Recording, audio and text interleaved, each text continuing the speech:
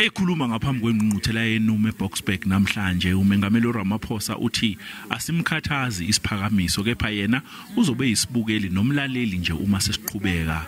I'm not a member of parliament, you know, and in parliament they do all manner of things, and I'm an observer. So you're not worried? Oh no. Okhulumela iPhalamende uMloto Muthapu uchazile ukuthi ithini imigomo yokusebenza kwePhalamende ngokuvota kwamalungu ngokuyimfihlo.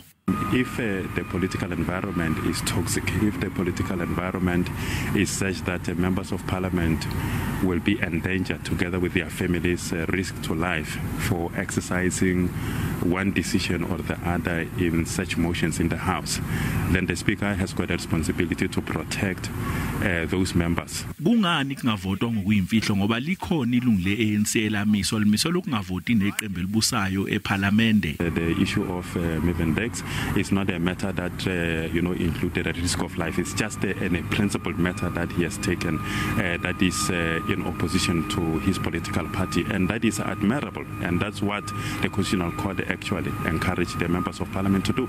Iqembu elibusayo lisengakhala ngaphansi ize kuvotwa esidlangalaleni kusho uNaidu. It's quite possible that the ANC could lose a motion such as this, even if it is in an open ballot. IATM iphawulile ngalokhu.